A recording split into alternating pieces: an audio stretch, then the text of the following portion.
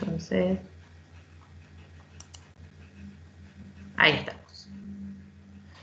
Estamos viendo, ¿no? El ejercicio en la pantalla, el ejercicio 1.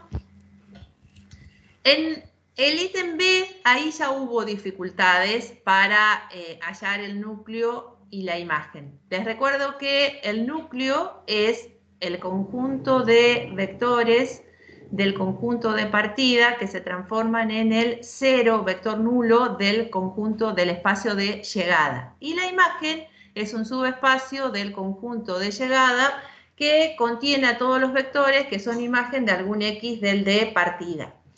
En este punto, muchos tuvieron alguna dificultad para escribir el núcleo y la imagen, pero dentro de todo el ejercicio 1 sí fue el ejercicio que mejor respuesta tuvo. El ejercicio 2 es el que tuvo más complicaciones. En el ejercicio 2 les estaban diciendo que la transformación G lo que hacía era reflejar, ¿sí?, con respecto a un subespacio S, los vectores. Y entonces les decían que el vector U se transformaba en el opuesto. Entonces, uno debía imaginarse, si yo estoy reflejando, ¿sí?, si estoy reflejando con respecto a un subespacio, y me dicen que un vector se transforma, ¿sí?, en el opuesto, es porque ese vector que me están dando es ortogonal al subespacio que funciona como espejo. Entonces, en este caso, el vector 0, 1, 2, el dato que tendríamos por transformarse en el opuesto es que es ortogonal a el subespacio S. Entonces la pregunta sería, ¿es el único ortogonal el de esa dirección o habría alguna otra dirección ortogonal a ese subespacio? Y entonces acá juega la otra palabra que aparece ahí que me dice es base del subespacio de vectores que se transforman en lo opuesto. Entonces, con eso me está diciendo, usted en ese conjunto tiene toda la información necesaria para generar al conjunto de vectores ortogonales a ese. Entonces, lo que me está diciendo esa oración ahí, el conjunto B es base del subespacio, es que este vector U es base del complemento ortogonal de S. Si yo conozco una base del complemento ortogonal, ¿sí?, puedo definir el complemento ortogonal. Sabemos que un vector, en este caso en R3, un vector en R3 genera un subespacio de dimensión 1, que geométricamente es una recta, y lo que estoy diciendo es que esa recta es ortogonal al subespacio S. Por lo tanto, el subespacio S tiene que tener dimensión 2 para que se cumpla el teorema de las dimensiones, y un subespacio de dimensión 2 en R3 es un plano. Es el plano perpendicular a la recta.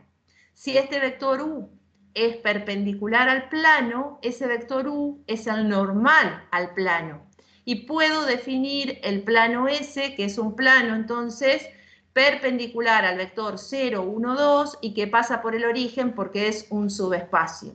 Y así obteníamos, ¿sí?, la definición de S, del complemento ortogonal de S, y teníamos, ¿sí?, el subespacio y podíamos dar la base y la dimensión de S.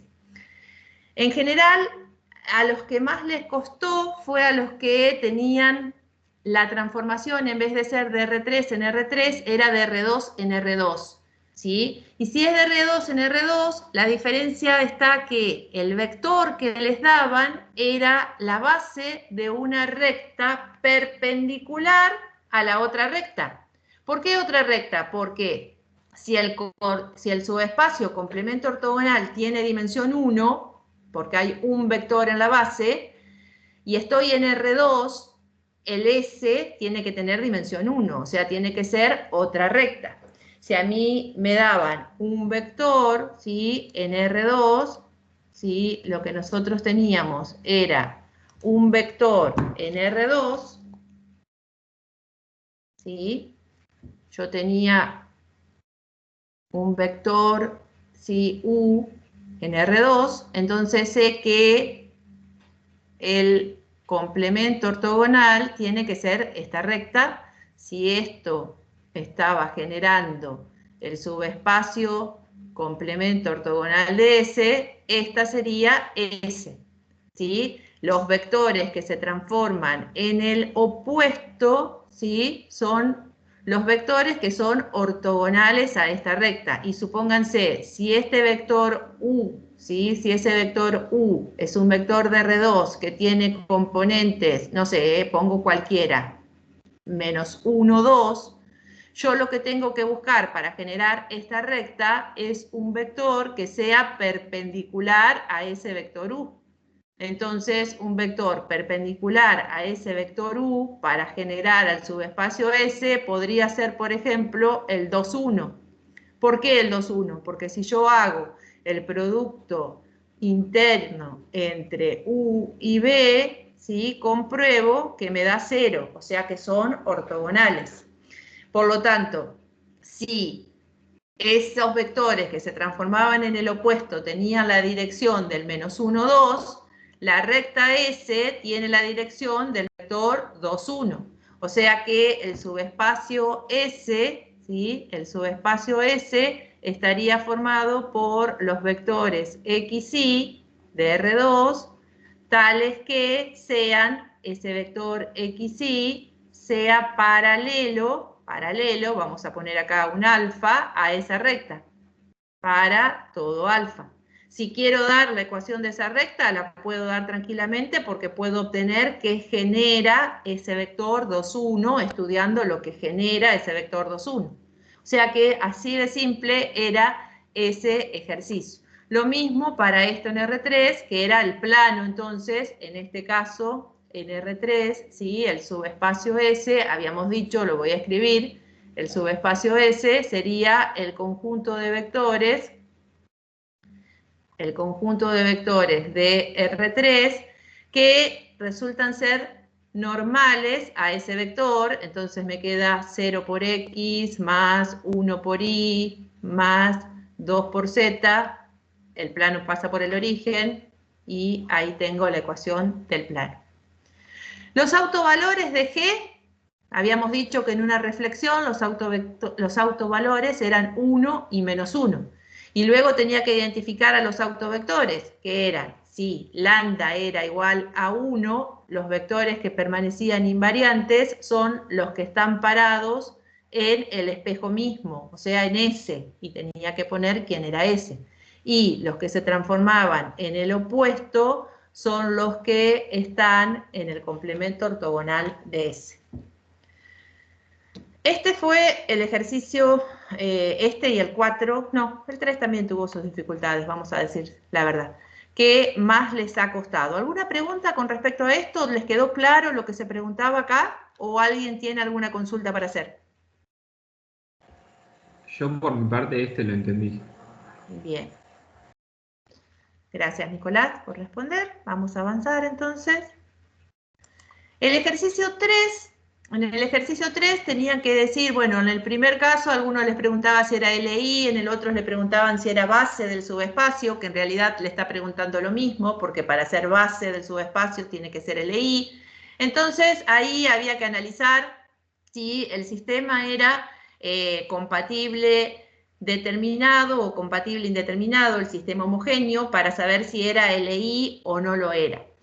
En ese caso, cuando uno plantea el sistema, les quedan 4 ecuaciones con 3 incógnitas, ¿no? Porque hay 3 vectores.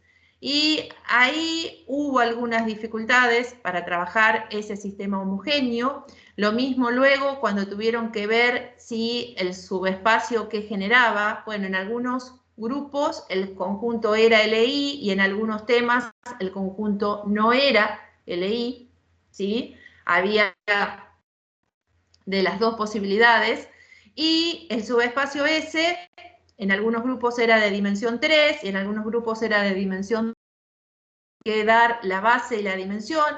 Hay muchos para trabajar, trabajaron como vectores de R4 a esas matrices, Me avisan cualquier cosa si se me corta el audio.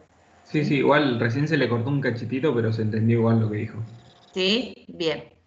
Y entonces pusieron la base, escribieron la base como que si fueran vectores de R4 y escribieron el subespacio S como que si estuviera incluido en R4. Y a ver, el conjunto C son matrices de 2 por 2. O sea que el subespacio S y el complemento ortogonal están incluidos dentro del espacio de las matrices de 2 por 2.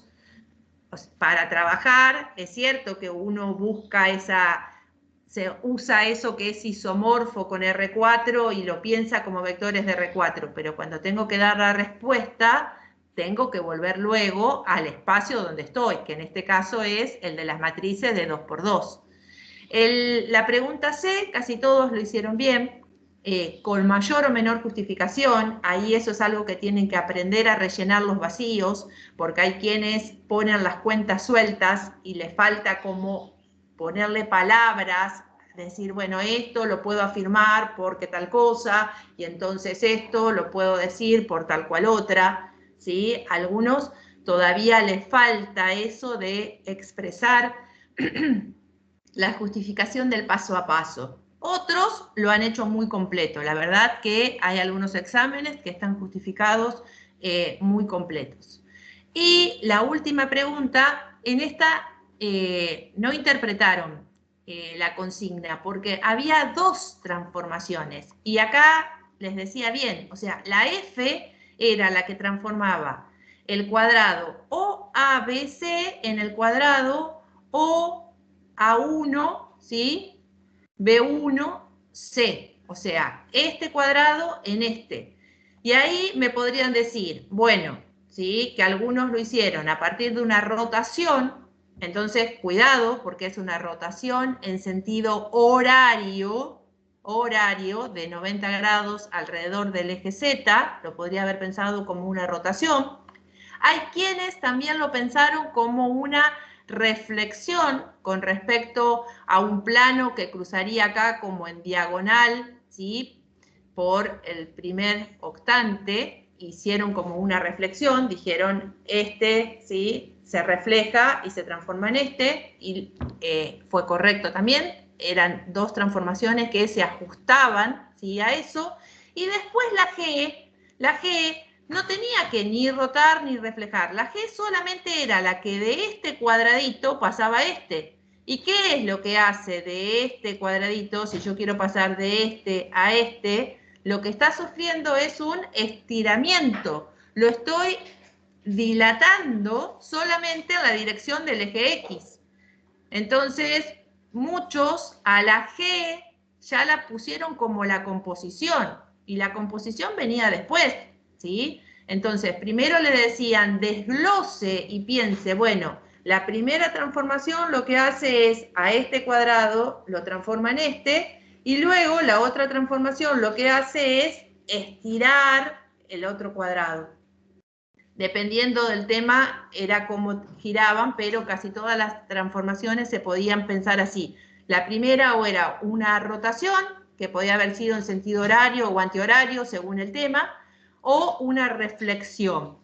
Y la otra era una dilatación en un solo sentido, unidireccional. Algunos con respecto al eje X, otros con respecto al eje Y, pero ahí no interpretaron la consigna, no interpretaron lo que hacía cada transformación y trataron de hallar directamente la composición, o sea, trataron de pasar del primer cuadrado al último rectángulo, ¿sí? Y ahí fue donde se les produjo el lío. La pregunta B, esa casi todos la respondieron bien, algunos interpretando geométricamente y diciendo, bueno, si roto 90 y roto 90, roto en definitiva 180, y es lo mismo que rote 180 en un sentido o en el otro, eso estaba correcto. Hay quienes pensaron como una reflexión, entonces dijeron, si reflejo y a esa imagen reflejada la vuelvo a reflejar, vuelvo al punto de partida. y es lo mismo que lo haga en un sentido o en el otro. Calcularon la matriz inversa, algunos calculándola bien, y demostraron que eran exactamente igual las dos composiciones. Así que esa pregunta, aquel que la respondió, hay quienes no la respondieron porque no la entendieron, ¿sí? Y así lo expresaron, que no habían entendido la consigna, pero los que respondieron, en líneas generales, a esa pregunta B la respondieron bien, más allá de que las matrices del ítem A estuvieran mal. Después hubo problema con la forma explícita, ¿sí? Cuando yo doy una matriz, ¿sí? A ver, supónganse, si yo digo la matriz A es la matriz asociada a la transformación, y supónganse, pongo así, 1, ¿sí? 1, 2, 0, 1. Y digo, bueno, quiero hallar la forma explícita de esta transformación. La forma explícita es el resultado del producto entre esa matriz y el vector de entrada. Y el producto de estas matrices lo que me da es una matriz de una sola columna, que es la matriz X más 2Y, ¿sí? X más 2Y, y acá Y. Esa sería la forma explícita de la transformación. Hay quienes pusieron algo así, ¿sí? Pusieron, supónganse que la forma explícita era así: X, 2Y, 0Y. Pusieron algo así, ¿sí? O sea que acá esto, si uno lo mira, hay, digamos, varios problemas, ¿no? Estaría en problema que no sé hacer el producto entre dos matrices, y siguiendo estaría el problema que esto, ¿sí? No me estaría dando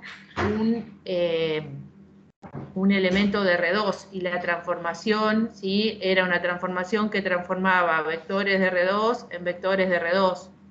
Entonces, cuidado ahí, porque este error es bastante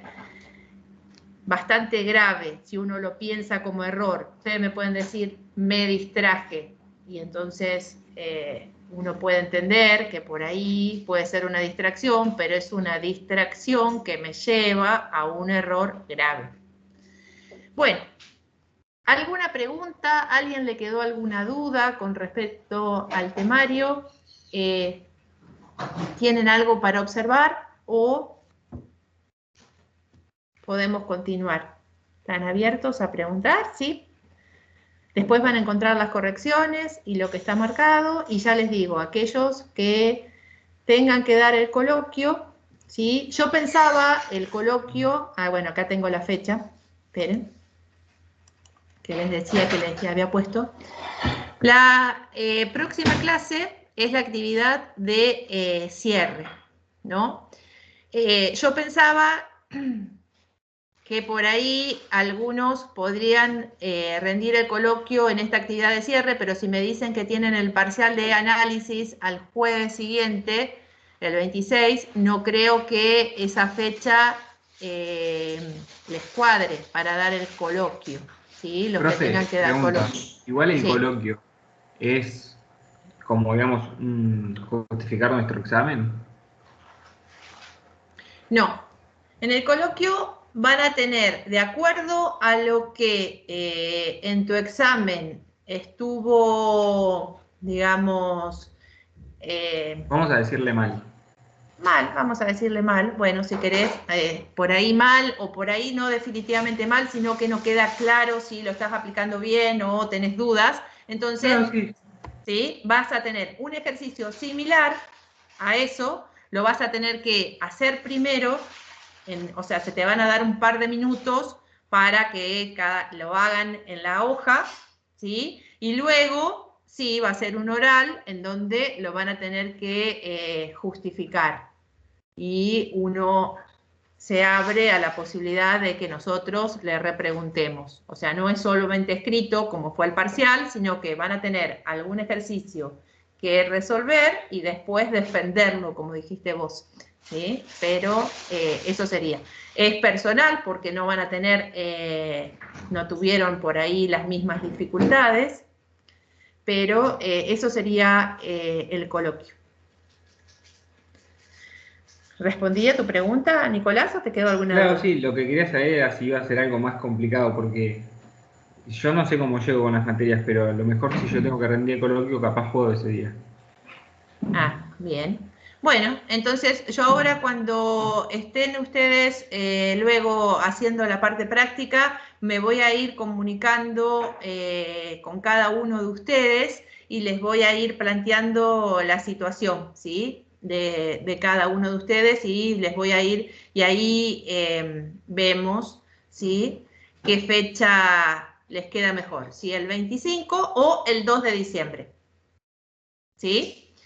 Ahí dice recuperatorio del segundo parcial el 2 de diciembre. Y ustedes me pueden decir, bueno, y si me va mal, ¿sí? Si me va mal, bueno, si te va mal en ese coloquio, tenés todavía la instancia de recuperar, ¿sí? O sea que no hay ningún problema, y si tuviéramos que agregar alguna fecha en diciembre para que se dé nuevamente el recuperatorio del segundo parcial en diciembre, la agregaremos porque tenemos todavía una semana, que es la semana siguiente al 9 de diciembre, o sea que podríamos llegar a agregar una semana ahí.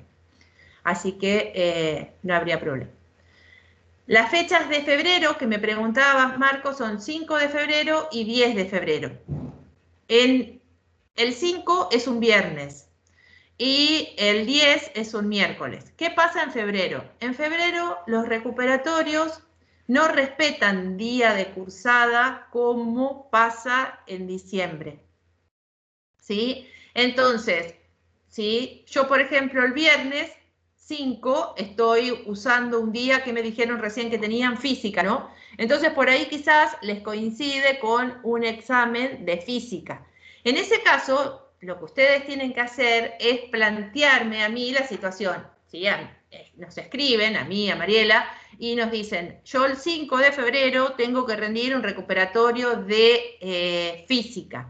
Y entonces, como nosotros por ahí estamos en otros cursos, podemos darle la posibilidad de otra fecha, pero eso siempre que ustedes nos presenten el justificativo de que por qué no pueden el 5 de febrero, que lo están conociendo desde ya. Y el 10 de febrero sí, es un miércoles, pero puede pasar también que haya otra materia que se superponga, ¿sí? Entonces, lo que les quiero decir es que ante la duda, ¿sí? De decir, uy, se me superponen, tengo que elegir y rendir una de las dos, planteen la situación. Total, ¿sí? O sea, si ustedes van a decir, voy a recuperar una de las dos, es como decir, el no ya lo tengo, ¿no? Entonces, planteen la situación, fíjense qué posibilidades se les pueden dar, y a partir de ahí deciden si rinden un solo recuperatorio, si se juegan por una materia, o le dedican tiempo a las dos y rinden las dos.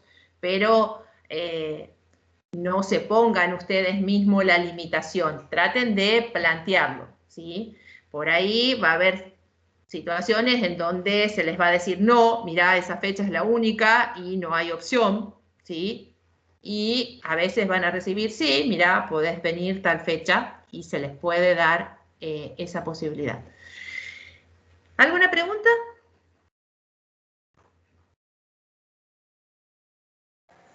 Por mi parte, no, profe. El resto, a ver, mi interlocutor acá es Nicolás, ¿el resto están o están en Por acá por análisis? el chat no se ve nada. No se ve nada, no se ve nada, nos han dejado solos. Ahí puso Camila Dañagueda que no. Puso no, no. Bueno, muy bien. Ninguna duda, profe. Bueno, Todo clarísimo. bien, bien. Bueno, entonces continuamos y ahora sí nuestra clase. Empezamos con la clase del día de hoy, en donde vamos a terminar de ver este tema que vamos a desarrollar hoy. No entró, ¿sí?, en el parcial, pero sí entra en los recuperatorios, ¿sí? Así que a tenerlo en cuenta porque sí entra en los recuperatorios. Muy bien, entonces, ¿sí? Habíamos visto nosotros la idea ¿sí? Y lo habíamos aceptado intuitivamente, de que autovectores asociados a autovalores distintos son linealmente independientes. Entonces ahora vamos a probarla, porque vamos a justamente trabajar hoy en algunas demostraciones con respecto a autovectores y autovalores. Para la demostración tengo que tener en cuenta cuál es nuestra hipótesis, qué es lo que sabemos, y lo que sabemos es que los autovalores son distintos, o sea que lambda 1 es distinto de lambda 2. Cuando yo digo que una matriz tiene un autovalor lambda 1, lo que estoy diciendo es que existe un vector B1 distinto del nulo, tal que se transforma en un múltiplo de sí mismo. O sea, lo que estoy diciendo, ¿sí?, es que B1 por A es igual a lambda 1 por B1. ¿Sí? Eso sería como la justificación. Cuando uno dice, ¿sí?, que lambda es autovalor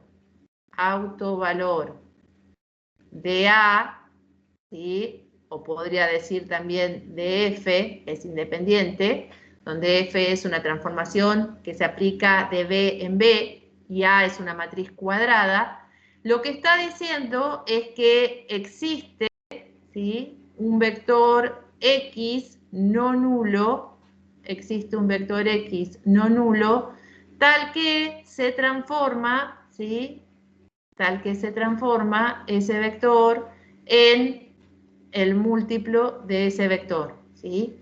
O diría acá con la transformación, existe un vector, ¿sí?, no nulo, tal que se transforma en lambda por X. Cuando uno habla así matricialmente, también van a ver que se escribe así, en vez de poner el vector X con la flechita, usan la X mayúscula, porque lo que están diciendo es, ese vector lo escribo como una matriz de una sola columna. Y entonces digo, A por X es igual a lambda por X, ¿sí? Esa sería la justificación. ¿Cuál es la justificación? La definición de autovector.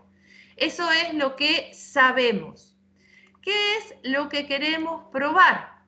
Lo que queremos probar es que los vectores B1 y B2 son linealmente independientes. O sea, queremos probar que la única manera de escribir el vector nulo como combinación lineal de B1 y de B2 es que los escalares sean ceros.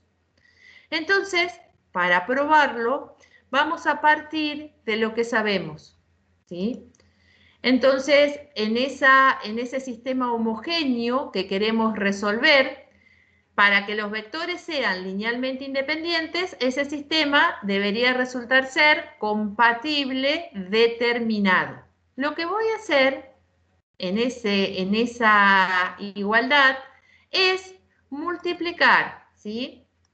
Voy a multiplicar esa expresión en ambos miembros por A. Entonces, multiplico por A, aplico distributiva y saco los escalares, ¿sí? Y resulta que A por el vector nulo me da el vector nulo, ¿sí? Y me queda eso. En esa expresión voy a tener en cuenta que A por B sub 1 por hipótesis es lambda 1 por B1.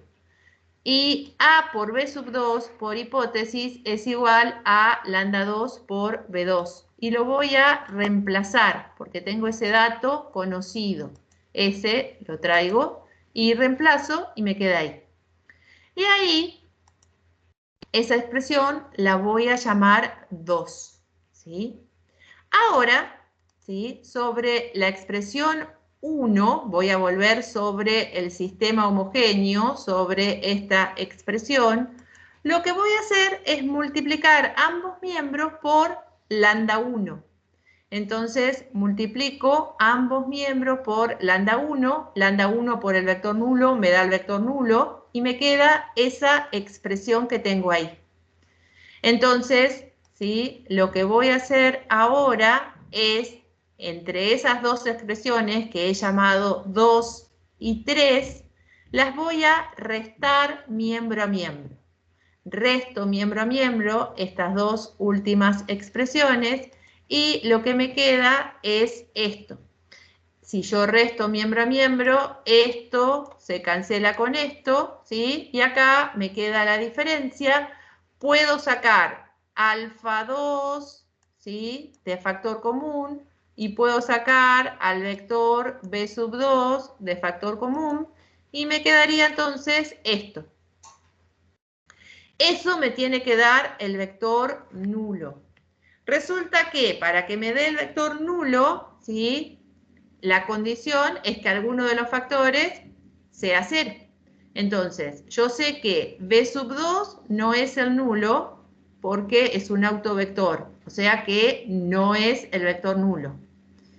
Sé que lambda 2 menos lambda 1 no es el nulo. ¿Por qué sé que lambda 2 menos lambda 1 no es el nulo?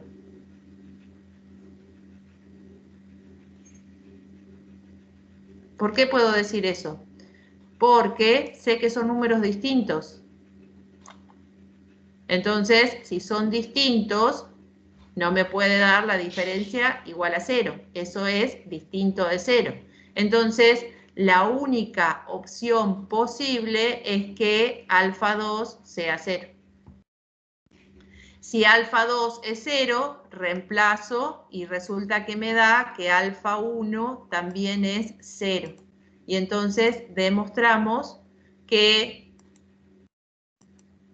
los escalares son ceros, o sea que ese sistema homogéneo tiene solución única y por lo tanto autovectores asociados a autovalores distintos son linealmente independientes. ¿Alguna pregunta acerca de cómo se demostró?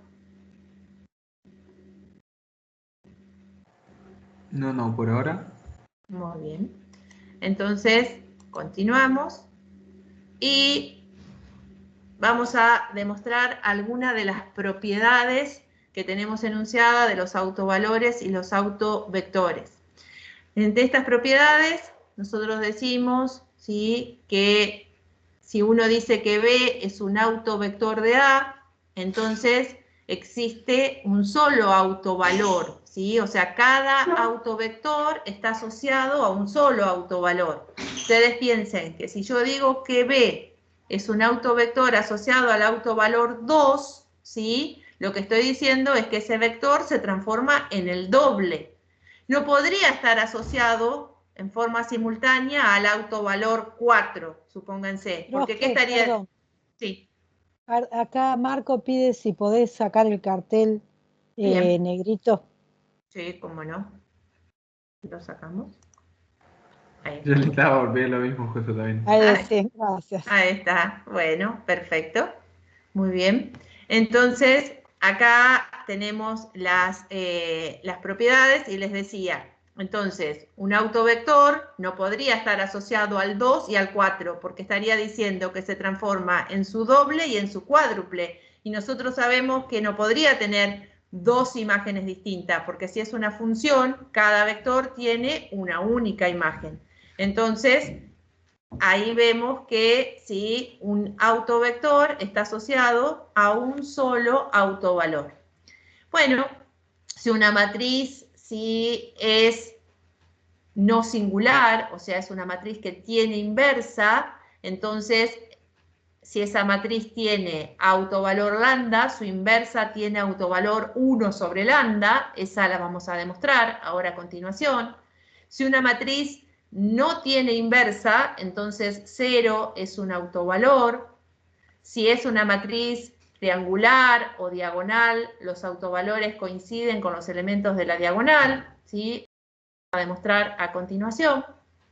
Y si lambda 1, esta ya la habíamos usado, eran los autovalores de A, entonces la suma era igual a la traza y el producto de los autovalores es igual al determinante, ¿sí?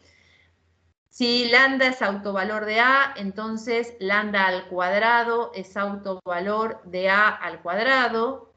Y así tenemos definida la 7, ¿sí? Que dice que, bueno, autovalores, si son autovalores distintos, si yo tengo lambda 1, lambda 2 y lambda n son todos autovalores distintos, y yo tomo un vector de cada uno de los subespacios, entonces tengo n vectores que, ¿cómo son? Por la unidad, por la propiedad que demostramos en la diapositiva anterior, autovectores asociados a autovalores distintos resultan LI. Entonces tendríamos, si tiene n autovalores distintos, tenemos un conjunto formado por n autovectores linealmente independientes. ¿Qué estoy diciendo en ese caso? Que puedo formar una base del espacio de partida con autovectores, porque tengo un conjunto de n vectores linealmente independientes.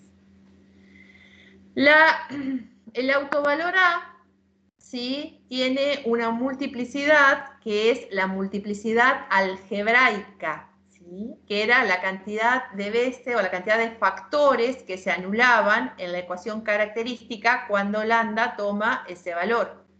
La dimensión del subespacio asociado a ese autovalor se llama multiplicidad geométrica. Y la vinculación entre ambas es que la multiplicidad algebraica es la que me está poniendo el tope. O sea que yo voy a decir que la dimensión del subespacio asociado a lambda tiene que ser mayor que 0, porque recuerden que siempre que resolvíamos el sistema y nos tenía que quedar compatible indeterminado, y tenía que ser menor o igual que la multiplicidad algebraica de ese lambda. La dimensión del subespacio también se conoce como multiplicidad geométrica, ¿sí? Multiplicidad geométrica. Ahí voy a poner, nada más que me salió un igual ahí que no debería salir. Entonces vamos a escribirlo también como la multiplicidad geométrica tiene que ser menor o igual que la multiplicidad algebraica. Ese vínculo se da cuando la raíz es simple. Evidentemente la multiplicidad geométrica es igual siempre a la algebraica, o sea que raíces simples tienen subespacios asociados de dimensión 1 siempre. Ahora, raíces múltiples pueden tener subespacios asociados tales que la dimensión de ese subespacio sea un valor mayor que 0, menor o igual que la multiplicidad algebraica. Entonces, vamos a demostrar la primera que habíamos dicho. Si A es una matriz inversible y lambda distinto de 0 es un autovalor, entonces 1 sobre lambda es autovalor de la inversa. Para demostrarlo, ¿sí?, lo que voy a hacer es analizar qué conozco. Entonces, en la hipótesis, lo que sabemos es que A es una matriz que tiene inversa, o sea que su determinante es distinto de 0. Entonces, lambda distinto de 0 es autovalor de A. Eso significa que existe un vector no nulo tal que A por X es igual a lambda por X. Lo que quiero probar es que 1 sobre lambda es autovalor de la inversa. ¿Qué quiero probar? ¿Cómo traduzco esto? A ver, si cuando yo dije acá, lambda es autovalor de A, lo que estoy diciendo es esto, y ahora quiero probar que 1 sobre lambda es autovalor de A inversa, ¿qué quiero probar?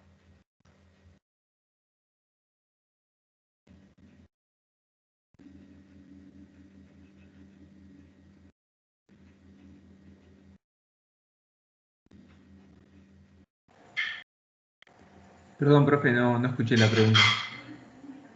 Si decir que lambda es autovalor de A equivale a decir que existe un vector X tal que A por X es lambda por X, decir que 1 sobre lambda es autovalor de A inversa, significa ¿qué cosa?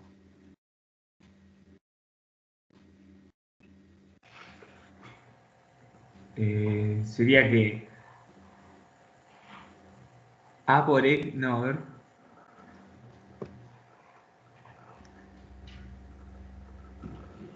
Bueno, le Agustín leo la que dice pusieron que en el A, chat. Agustín dice que A por X es 1 sobre lambda por X. A por A la X. menos 1, A la Ah. menos 1 por X. Sí, me costó entender qué quiso poner. A la menos 1 por X es igual a 1 sobre lambda por X. Muy bien. Agustín Manzano o Agustín Manzano. Secazzi. Manzano. Muy bien. Entonces, ahí tenemos.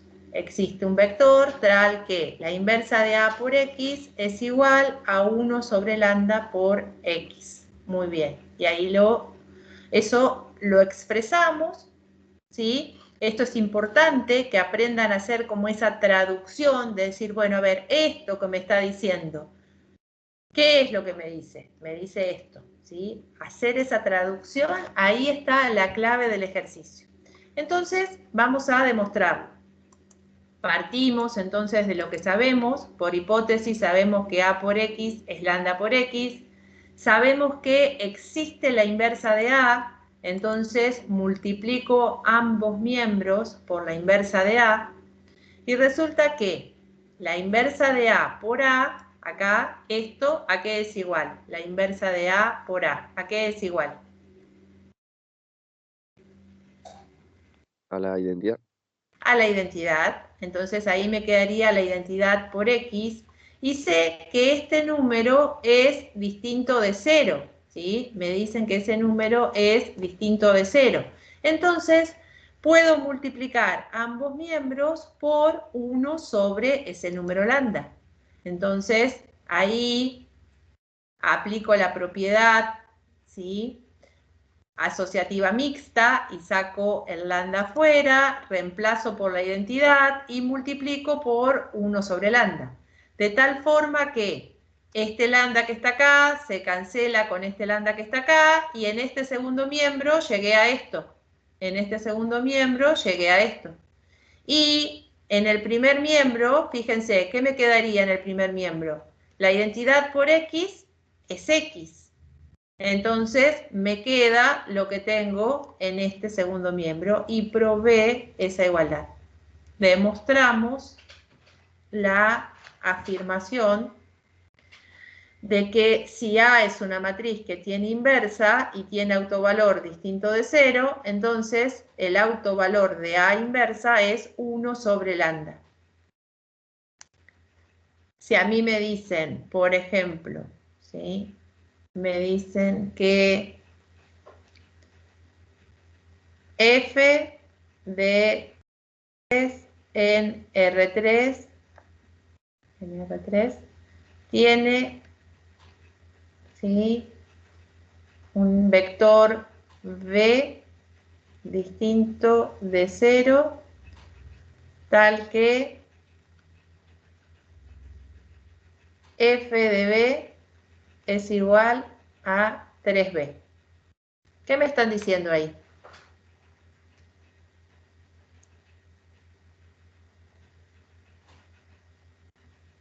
Si me dicen que un vector se transforma en el triple, ¿qué me dicen? Sería que el autovalor es 3. El autovalor es 3. Entonces B es autovector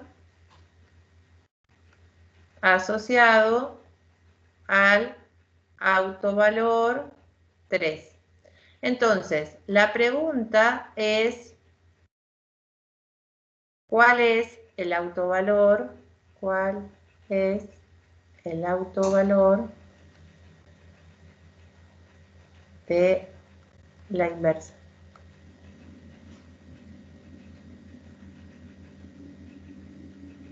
Sería un tercio, ¿no, profe? Sería un tercio. Muy bien. El autovalor entonces sería un tercio. El inverso multiplicativo. Muy bien. Bueno, entonces vayamos a otra demostración. En esta demostración tengo que hacer al revés. O sea, lo que me dicen es, si el autovalor es 0, entonces no tiene inversa. Y hay un sí y solo sí en el medio, o sea, un bicondicional. En este caso, cuando nosotros tenemos que demostrar un bicondicional, tenemos que demostrar que si nosotros sabemos que 0 es un autovalor, entonces podemos afirmar que A no tiene inversa. Y tenemos que demostrar también que si sabemos que A no tiene inversa, entonces 0 es un autovalor de A. ¿Sí? Las dos partes. Entonces, en un caso, parto de eso. Sé que 0 es un autovalor de A. Entonces, 0 es un valor que verifica la ecuación característica de la matriz, porque de ahí obteníamos los autovalores de resolver esa ecuación característica. Entonces, si reemplazo en esa ecuación característica lambda por 0, sé que esa igualdad funciona como igualdad. Entonces, reemplazo lambda por 0 y resulta que me quedaría determinante de A menos 0 por la identidad, me queda igual a determinante de A. Y si yo digo que el determinante de A es 0, ¿qué estoy diciendo de A? ¿Qué es el nulo? Si yo digo que el determinante de A es 0, ¿qué digo de la matriz A? Si una matriz tiene determinante 0. ¿Es incompatible? De la matriz A, ¿qué digo? Si digo que el determinante es 0. Volvemos a la unidad 2. ¿Qué pasaba si yo tengo una matriz cuadrada que tiene determinante 0? ¿Qué puedo decir de esa matriz?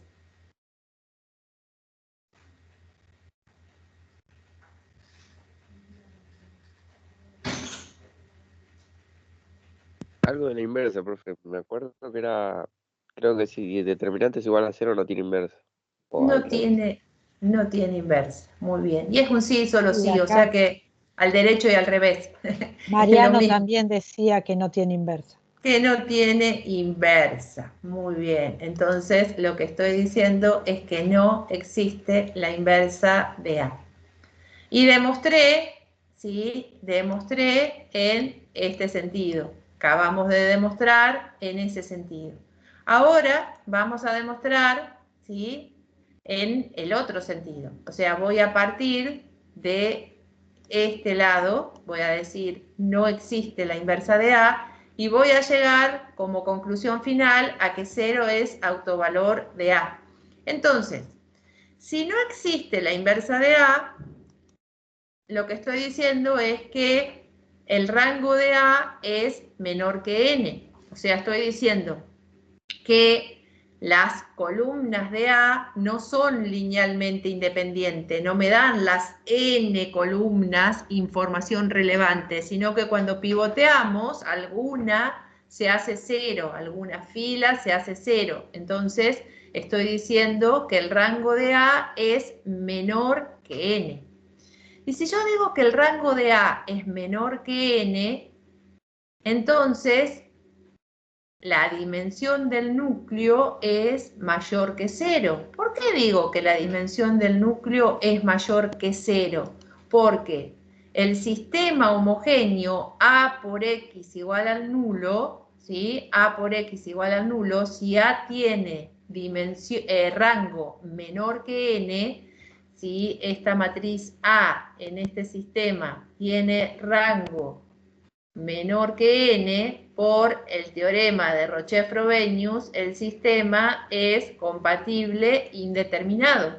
Y decir que es compatible indeterminado es lo mismo que decir que admite soluciones distintas de la trivial. O sea, existen X no nulos que verifican ese sistema. Y decir que existen X no nulos, tales que A por X es igual a nulo, es lo mismo que decir que existen X tales que A por X es igual a 0 por X. ¿Y qué estoy diciendo entonces ahí de X? Que X es, ¿qué cosa? ¿Qué es esto? Esta última afirmación a la que llegamos acá. ¿Qué estoy diciendo acá en esta última afirmación? X no es el nulo. X no es el nulo, no es el nulo, y se verifica que A por X es igual a 0 por X. ¿Qué es X entonces? Si es un vector no nulo, tal que multiplicado por la matriz me da igual a 0 por X.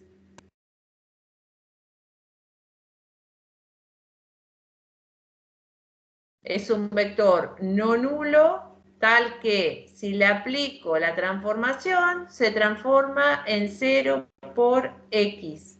¿Qué es X? Puede ser que no sea esto, pero como nadie dice nada, ¿es un autovector con lambda igual a 0? Es eso, exactamente, Ah, bueno. Nicolás. Qué suerte que te animaste, qué suerte que te animaste a decirlo, ¿sí? Claro, no era difícil la Entonces, pregunta, pero no entendía. es entonces un autovector asociado al autovalor 0. Muy bien. Y llegamos entonces a que lambda igual a 0 es autovalor de A. Muy bien, exactamente. Y probamos entonces que si no existe la inversa de A, entonces 0 es un autovalor de esa matriz.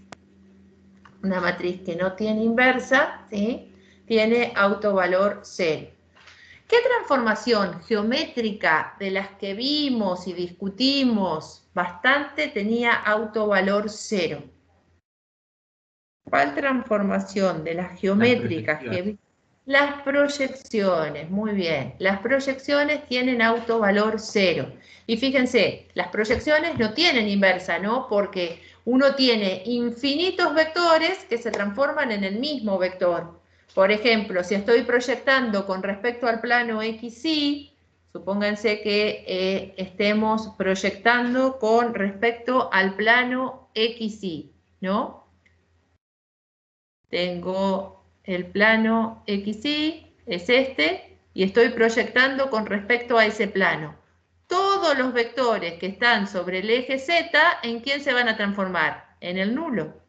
Claro. Entonces, si yo quisiera volver en el camino inverso del nulo, quisiera volver para atrás, diría, uy, ¿a cuál de todos vuelvo? Si hay infinitos vectores que van a parar al nulo. No puedo hacer el camino de vuelta, por eso no tiene inversa, ¿sí? Es una transformación para la cual no existe la inversa. Habíamos visto que no era biyectiva, ¿sí? Como el núcleo está formado por infinitos vectores, entonces no es biyectiva y por lo tanto no existe la inversa. Muy bien. Luego, otra demostración de las que estaban propuestas en esa lista de propiedades decía, si lambda es autovalor de A, entonces lambda cuadrado es autovalor de A al cuadrado. A ver, unos minutos para ustedes. Quiero que lean, digan cuál es la hipótesis, cuál es la tesis y cómo lo demuestran. A ver, son las 10 menos 10. Les doy 3 minutos. Me quedo callada 3 minutos y ustedes trabajan y después me guían a ver qué dicen. Tengo que decir cuál es la hipótesis, cuál es la tesis y cómo lo demuestro.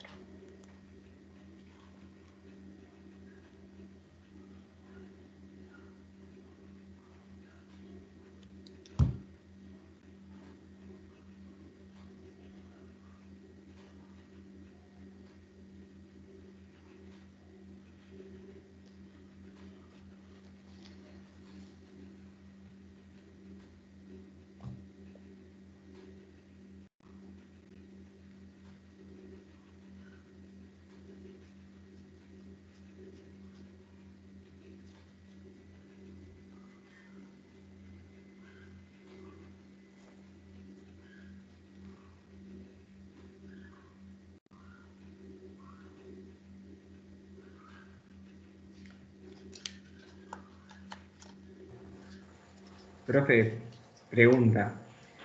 Esto se pone así, ¿o no? Sería lambda por A es igual a A. Lambda, ¿por qué? A ver, busca la definición. Lambda por A no era, ¿qué era? Si yo digo lambda es autovalor de A, digo, existe. ¿Qué decía la definición de autovector? ¿Sí? Agustín Manzano está diciendo que por tesis A por X es igual a lambda por X. Esa Por sería hipótesis, esa sería la la tesis dice, es al revés. La es al revés. hipótesis, Entonces, está ahora bien. la hipótesis, lo que sé es que lambda por X es A por igual. X es lambda por X. Exacto. Bueno, lo mismo, ¿no? Del otro Sí, lado, sí, está pero bien. entonces A por X es igual a lambda por X. Y por tesis, Y por que A tesis, cuadrado por X es lambda cuadrado por X. A cuadrado por X es lambda cuadrado por X. Muy bien, esa es la hipótesis y esa es la tesis. Nicolás Fernández, Presente. ¿trajiste torta? No, pero me quedó un pedacito. Ay, bueno, me acordé del 14, te iba a mandar un mensajito y te iba a poner feliz cumpleaños, Nicolás, y después dije, no, pobre, lo voy a invadir el día de cumpleaños con Igual estuve mensajes todo de el día álgebra. estudiando. ¿Estuviste todo el día estudiando? ¿Lo pasaste lindo de cualquier forma, disfrutando del Sí, estudio? me gusta estudiar. La verdad, Sí, tengo mi bueno, libro, más o menos. me alegro que hayas pasado. Y justo te tocó sábado, ¿no? Sí. Igual Así estuvo que, medio feo, pero yo lo pasé bien. Y nada, profe, le cuento que yo tengo anotados los cumpleaños de ustedes dos, así que yo sí las voy a saludar. sí. Bueno, yo me acordé y yo digo, no, pobre, ¿qué le va a llegar a mandar un mensaje? Va a sentir que le estoy invadiendo su espacio y por eso no te quise Ah, pero me acordé de vos, el 14. Así que está bueno, bien, sí le creo. deseé así, te mandé telepáticamente que estés pasando un bello día, un bonito día. Bueno, Así gracias, que profe. bueno, Y gracias, bueno, Marieta, que me puse por el chat. De bien. nada, de Entonces, nada. seguimos. A por X es igual a lambda por X, es lo que sabemos, y lo que queremos probar es que A cuadrado por X es igual a lambda cuadrado por X. Entonces, ¿cómo puedo hacer? A ver, ¿quién me sugiere algún camino para esta demostración? ¿Qué podríamos hacer?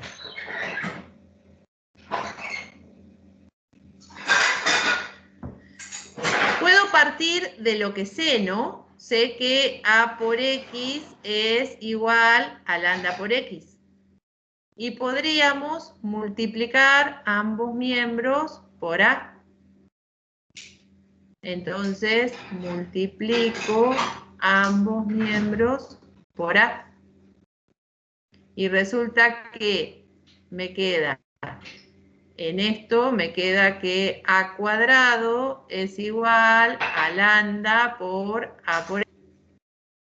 ¿Estamos de acuerdo? ¿Y A por X a qué es igual? A por X.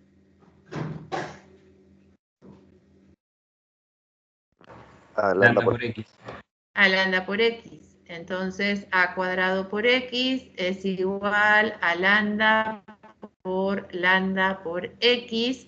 Conclusión, me queda que A cuadrado por X es igual a lambda cuadrado por... ¿De qué otra forma se podría haber hecho? Se podría haber hecho también, ¿sí? Diciendo, bueno, parto del primer miembro de la tesis y quiero llegar al segundo.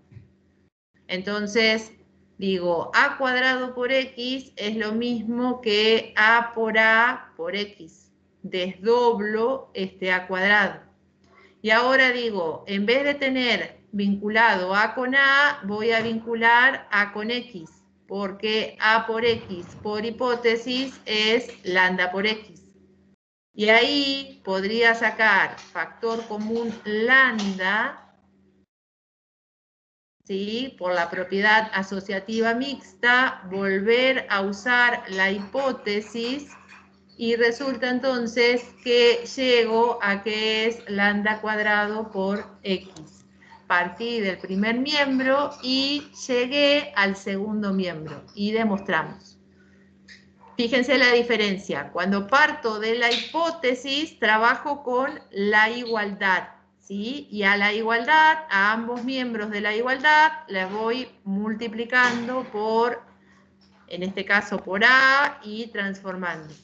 En el segundo tipo de demostración, lo que hice es partir del primer miembro de la tesis y llegar al segundo. No puedo escribir la igualdad, esta igualdad, porque es justamente lo que me estoy cuestionando. Lo que me estoy preguntando es, ¿son iguales? Ahí está el ojo puesto. Entonces, sí, tenemos esta demostración. Muy bien. Está pasado en limpio, así que ahí tenemos todo el paso a paso. En la demostración está demostrada de la segunda forma que se las hice, pero también podríamos hacerlo de la primera manera. Y ahora vamos, si dos matrices son semejantes, entonces lo que estamos diciendo es que existe una matriz P inversible tal que A por P inversa, que A es igual a P inversa por B por P. O sea que esa matriz P transforma esa matriz B en una matriz A que es semejante a ella. Resulta que dos matrices semejantes tienen el mismo polinomio característico.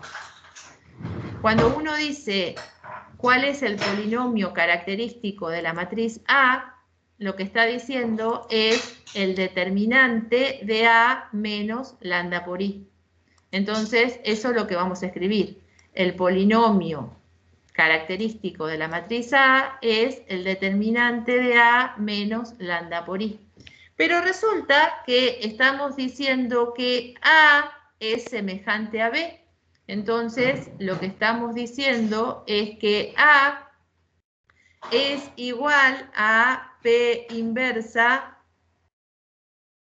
por B por P. Entonces, reemplazo,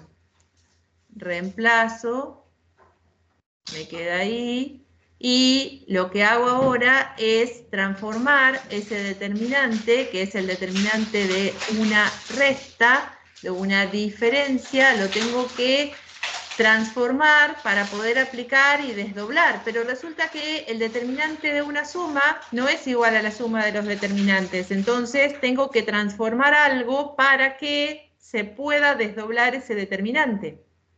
Entonces digo, la identidad es igual a P inversa por P. La identidad es igual a P inversa por P. Y ahora, en ese producto, podría decir, en esa diferencia, podría decir que P a la menos 1 está premultiplicando ambos términos, entonces lo puedo sacar, ¿sí? P a la menos 1 lo puedo sacar como un factor que premultiplica y P lo puedo sacar como un factor que postmultiplica. Y ahora sí, el determinante del producto es igual al producto de los determinantes.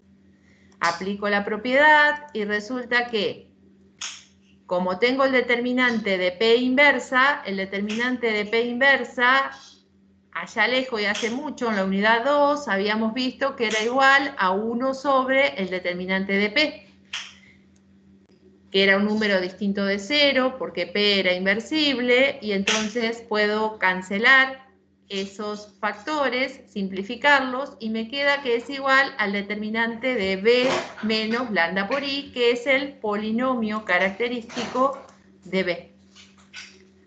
Si dos matrices tienen el mismo polinomio característico, ¿qué tendrán iguales? Si dos matrices tienen el mismo polinomio característico, ¿qué sacábamos del polinomio característico?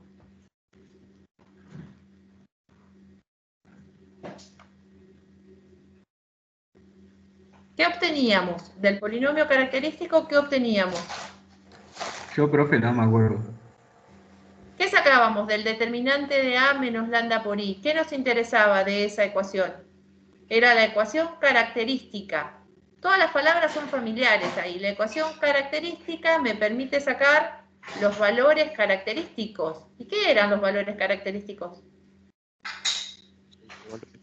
Los autovalores. Entonces, si yo digo dos matrices tienen el mismo polinomio característico, lo que estoy diciendo es tienen la misma ecuación característica, tienen los mismos valores característicos, o sea, los mismos autovalores. Dos matrices semejantes tienen los mismos autovalores, no necesariamente los mismos autovectores, ¿sí? Pero sí tienen los mismos autovalores. Entonces, si son semejantes y tienen los mismos autovalores, si yo encuentro esa matriz de pasaje, P estaría transformando una matriz B en una matriz que tiene los mismos autovalores que B, que es la matriz A. Resulta que hay matrices en donde es muy sencillo calcular los autovalores. Por ejemplo, las matrices diagonales, como es el ejemplo de esta matriz. Esta matriz A es una matriz diagonal. Si nosotros le calculamos los autovalores, lo que tenemos que hacer es calcular el determinante de A menos lambda por I.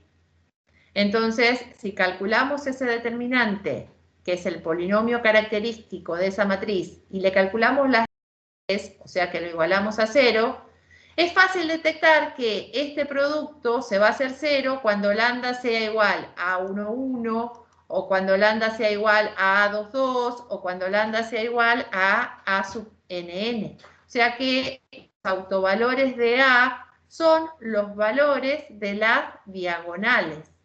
Entonces, se dice que una matriz cuadrada es diagonalizable si es semejante a una matriz diagonal. Voy a decir que A es diagonalizable si es semejante a una matriz diagonal.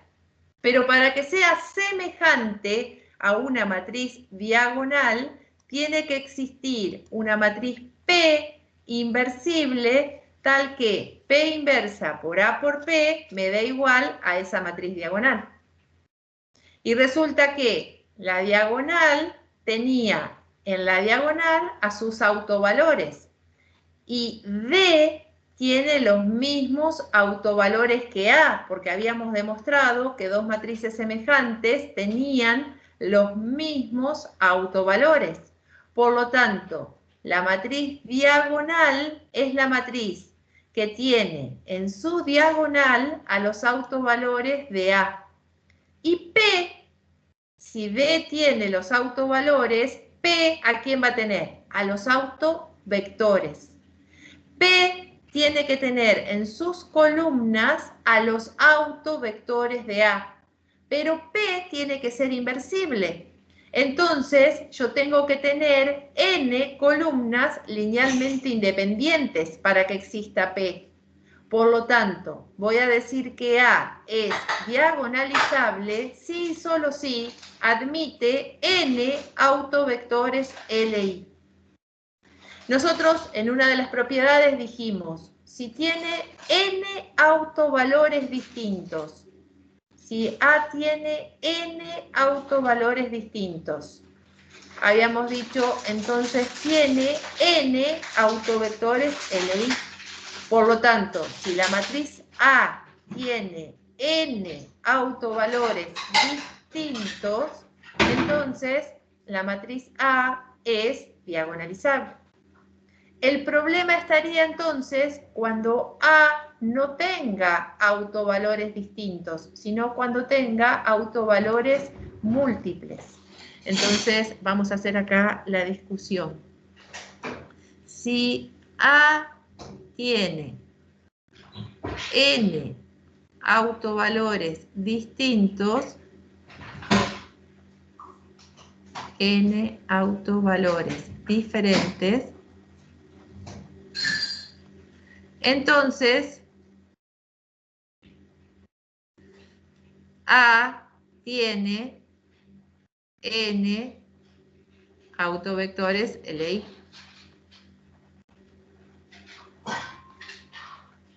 Y decir que A tiene n autovectores LI es lo mismo que decir que existe P inversible tal que P inversa por A por P es igual a D. Por lo tanto, si A tiene n autovalores distintos, ¿sí?, lo que podemos decir es que A es diagonalizable. Si A tiene n autovalores distintos, la conclusión es que A es diagonalizable.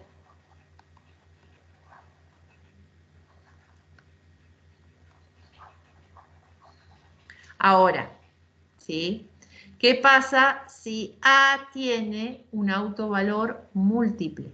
Supónganse que A tiene, ¿sí?, un autovalor lambda de multiplicidad mayor que 1, de multiplicidad algebraica mayor que 1. No es una raíz simple, ¿sí? Supónganse, vamos a poner un ejemplo. Voy a pensar que A es una matriz de 3 por 3 y resulta que tiene un autovalor 1, ¿sí?, que es doble. El autovalor tiene multiplicidad algebraica 2 y tiene un autovalor 2 que tiene multiplicidad algebraica 1. Y me preguntan, ¿A es diagonalizable? Vamos a analizar este ejemplo. ¿A es diagonalizable? Entonces, ¿qué me están preguntando? Si me preguntan A es diagonalizable, me están preguntando, ¿A tiene 3 autovectores LI? Eso es lo que me están preguntando. ¿A tiene 3 autovectores LI? Entonces digo, a ver, déjeme pensar. Si este tiene multiplicidad algebraica 1, yo sé entonces que la dimensión del subespacio asociado a este autovalor, ¿sí?, es 1, porque raíces simples tienen subespacios, ¿sí?, asociados de dimensión 1. Ahora, de este que es doble, tengo mis dudas, porque lo que yo sé es que la dimensión del subespacio asociado a ese autovalor es mayor que 0 y menor o igual que la multiplicidad algebraica. Entonces, tendría que calcular a ese subespacio, hallarlo a los autovectores y podría decidir. Porque ¿qué podría pasar si es mayor que 0 y menor o igual que 2? Podría pasar que el subespacio asociado tenga dimensión 1 o podría pasar que el subespacio asociado tenga dimensión 2. Esas son las posibilidades. Y entonces, ¿qué digo? Si me están preguntando es diagonalizable, ¿qué digo? ¿Cuánto Con la sería? información que dan, no sería Pero diagonalizable, no. si calculo los autovectores, y respondo esto, tiene dimensión 1, ¿qué respondo? Y si calculo los autovectores y me da que tiene dimensión 2, ¿qué respondo? Si tiene 1, no, porque tenían que ser distintos. Entonces acá digo no. ¿Y acá? Y Si ahí digo tendría que ser que sí, pero faltaría uno más, ¿o no? ¿y de dónde saco el otro? Acá tengo 2, ¿y de dónde tengo el otro? ¿Lo tengo Ah, de claro, de acá? ahí abajo. Sí, no dije nada. Entonces, ahí sí. Agustín, Agustín Manzano está diciendo sí, solo sí tiene dimensión 2. Muy bien, sí, solo sí tiene dimensión 2. Entonces, para que sea diagonalizable, tiene que tener la dimensión igual, ¿sí?, a la multiplicidad algebraica. Entonces, A va a ser diagonalizable, A es diagonalizable, sí, solo sí, para todos los autovalores se verifica que la multiplicidad geométrica, ¿sí?, A es diagonalizable,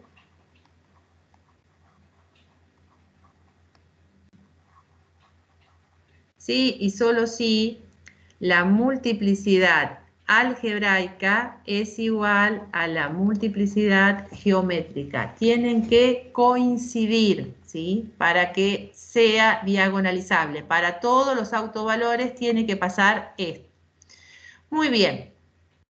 Entonces, vamos a ir a un ejercicio. Esta matriz A, ¿cuáles son los autovectores de esa matriz? Primero tengo que calcular los autovalores. Resulta que esta matriz es una matriz simétrica. Entonces, las matrices simétricas tienen una particularidad. Las matrices simétricas, ¿sí?, A resulta ser igual a su transpuesta, entonces A es simétrica. ¿Sí? Lo que estoy diciendo en este caso es que A tiene autovalores reales, los autovectores asociados a autovalores distintos son ortogonales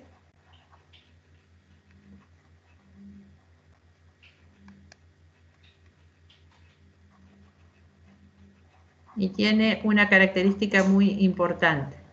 Las matrices simétricas son siempre diagonalizables.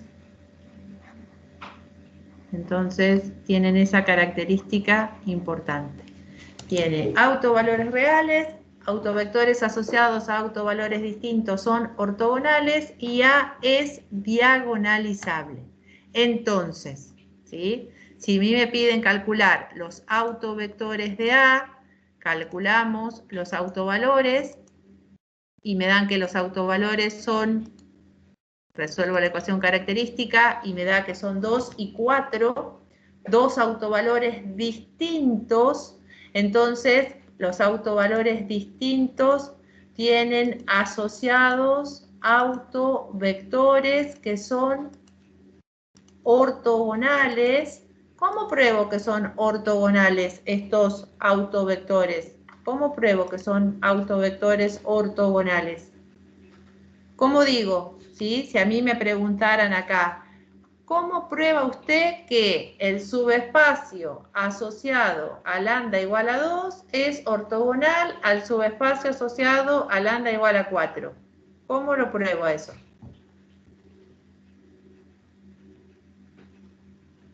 Con el producto interior. El producto interior, muy bien. ¿Producto interior entre quiénes?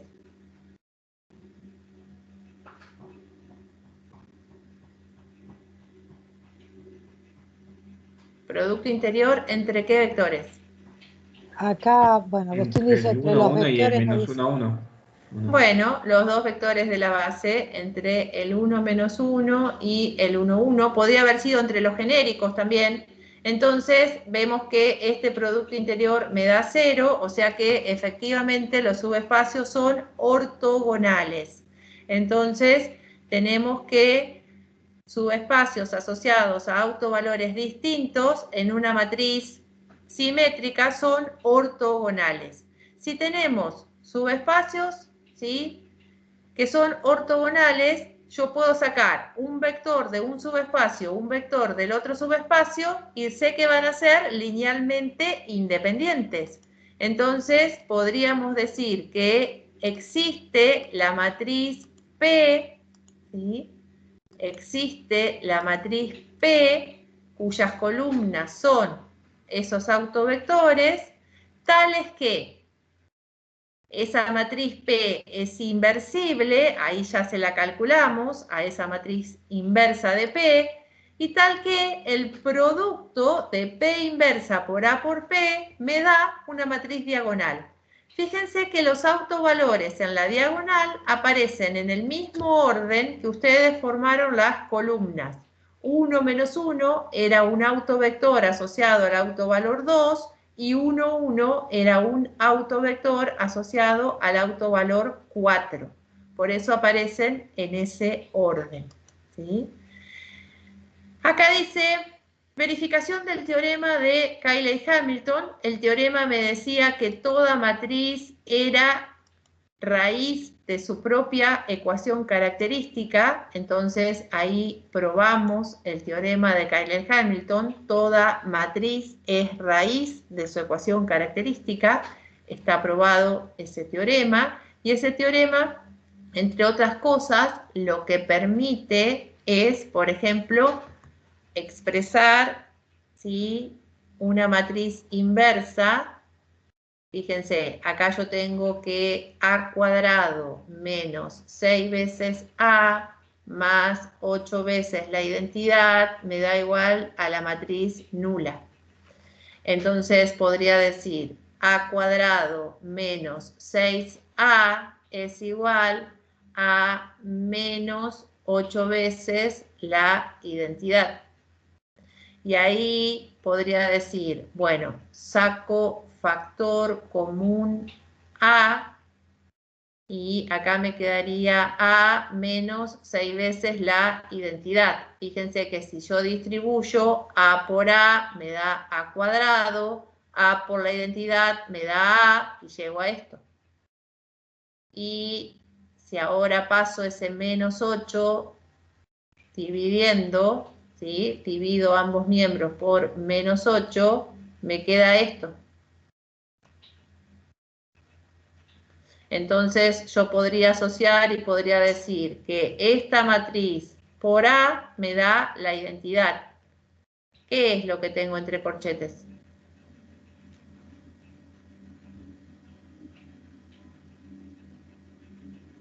La inversa. La inversa. Muy bien. Entonces expresamos la inversa en función, ¿sí?, como una combinación lineal de A y de la identidad. Estoy diciendo, la inversa de A es el escalar menos 1 octavo por A más 6 octavos por la identidad. Expresé la inversa como una combinación lineal de la matriz A y de la identidad. Esto permite, ¿sí?, justamente esta ecuación característica y este teorema de Cayley-Hamilton. Muy bien. Entonces, vamos a hacer un resumen para que les sirva para hacer ahora los ejercicios. Si a mí me preguntan si una matriz es diagonalizable, lo primero que voy a mirar es si es simétrica.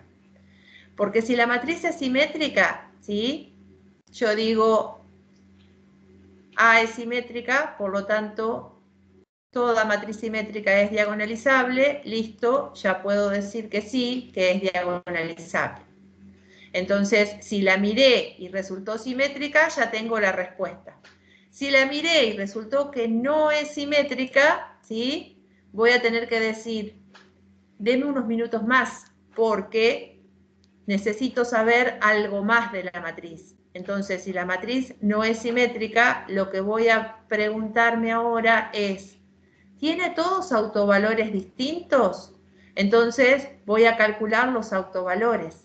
Si resulta que la matriz A es tal que todos los autovalores me dan números reales y distintos, listo, ya respondo y digo, sí, la matriz es diagonalizable.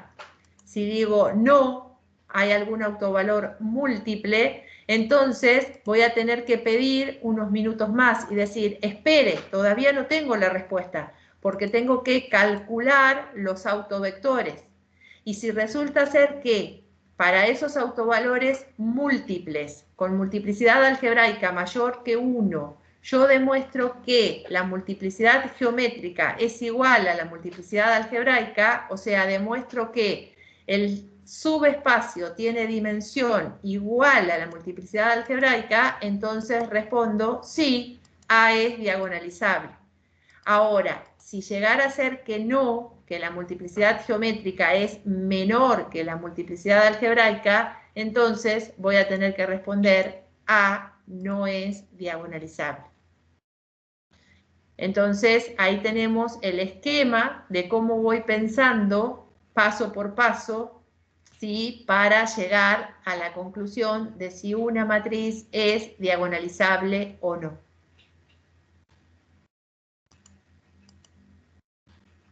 Y les dejo ese ejercicio pendiente para ustedes, para que lo resuelvan, me lo entreguen luego, ¿sí?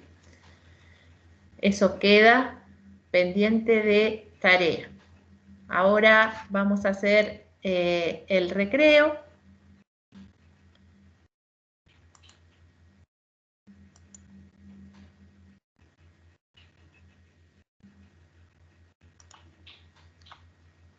¿Les parece bien? Unos 15 minutos de recreo. Y cuando volvemos,